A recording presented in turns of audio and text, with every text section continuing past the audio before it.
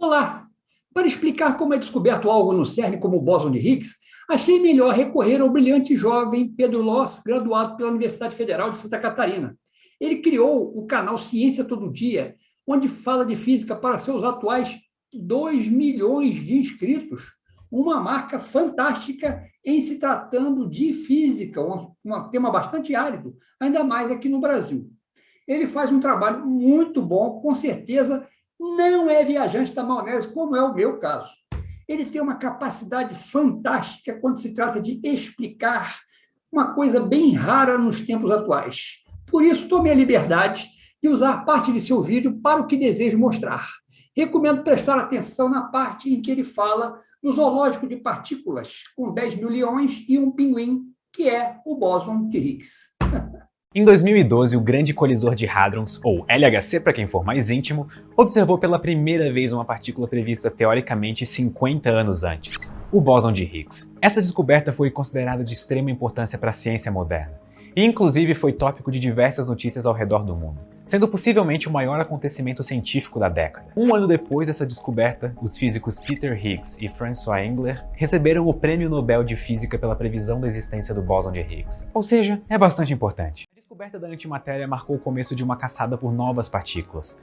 E até o fim dos anos 40, encontrar uma era considerado uma grande descoberta na física. Só que a natureza, como sempre, gosta de desafiar os cientistas.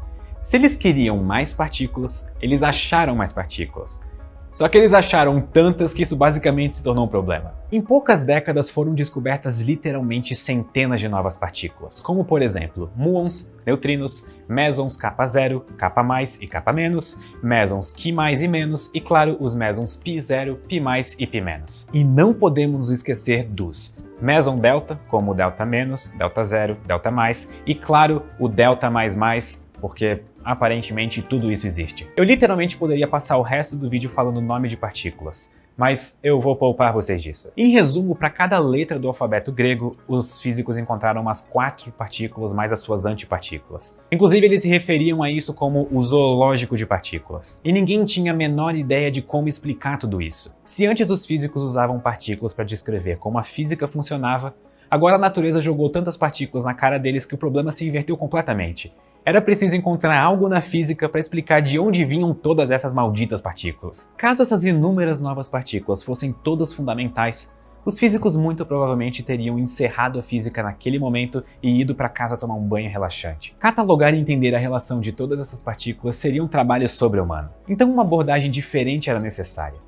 E para isso, o modelo padrão de partículas foi proposto. Com apenas 21 partículas fundamentais, o modelo padrão explica a composição de todo o zoológico de partículas e de quais jeitos essas partículas precisam interagir umas com as outras. O modelo padrão era uma ideia extremamente promissora e interessante, e os físicos decidiram apostar nela.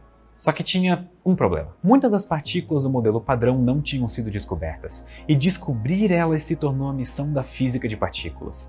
Uma dessas partículas era especialmente problemática para ser detectada, o bóson de Higgs. Por um lado, o bóson de Higgs é a partícula-chave do modelo padrão.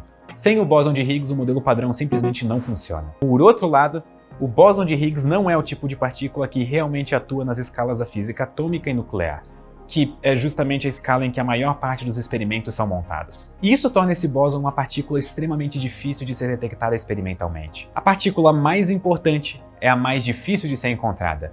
A natureza tem de fato um toque dramático. Ok, então o que foi preciso para detectar algo tão ilusório como o bóson de Higgs? Duas coisas simples. Primeiro, você precisa construir o maior acelerador de partículas já visto na história. E segundo, você precisa inventar a internet como a conhecemos. E é isso mesmo, eu não tô zoando. As primeiras partes da internet moderna foram construídas para que as diversas universidades envolvidas na busca do bóson de Higgs pudessem se comunicar de forma eficiente. O princípio do acelerador de partículas é acelerar partículas a altíssimas velocidades, mas altíssimas velocidades significa altas energias. E daí você colide a partícula em alta energia com um átomo, fazendo a energia do movimento se transformar em novas partículas. No caso do LHC, ele faz núcleos atômicos girando a 99,99999% da velocidade da luz colidirem com outros núcleos atômicos na mesma velocidade. E isso gera uma quantidade enorme de energia num espaço muito pequeno. Os átomos são acelerados utilizando campos magnéticos e elétricos gerados por ímãs supercondutores. Esses supercondutores funcionam em baixas temperaturas. Por conta disso, é preciso refrigerar os 26 quilômetros do anel a temperaturas criogênicas, uma tarefa de engenharia excepcionalmente complicada. Essa é a maior aplicação de supercondutores no mundo todo. Além disso, toda a tubulação que os átomos percorrem precisa ter um vácuo extremo para impedir a perda de energia. Ou seja,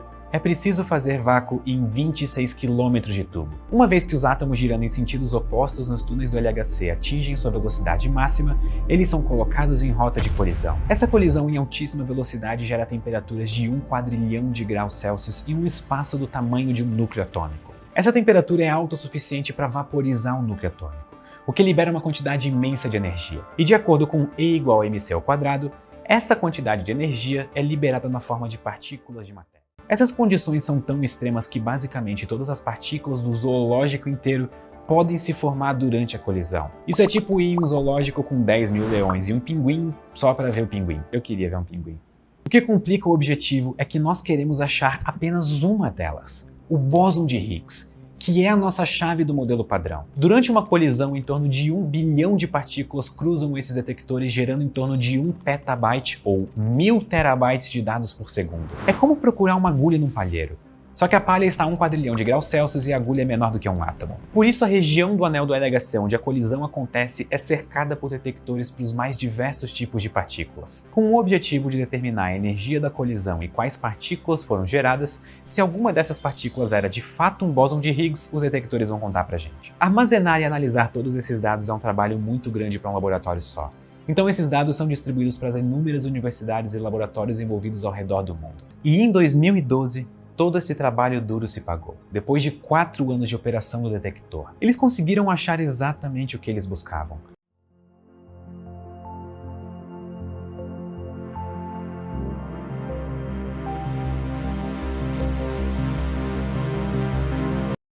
O pinguim é um bóson escondido em 1000 terabytes de dados, com o detalhe de que essa quantidade monumental de terabytes é produzida por segundo. Por esta razão, as descobertas não saem na hora em que as colisões ocorrem, mas só depois do consumo de muita maionese em sanduíches que os físicos comem enquanto esperam. E esperam o quê? Esperam computadores das principais universidades do mundo trabalharem duro, noite e dia e noite, em uma busca de flutuações de dados, o que leva meses, mas pode levar até anos, se as verbas seguirem fluindo sem haver a pressão da quinta e da sexta força que eu mostrei nos vídeos anteriores. Essa pressão da quinta e da sexta força é que faz surgir a força decisiva, que é a força do querer.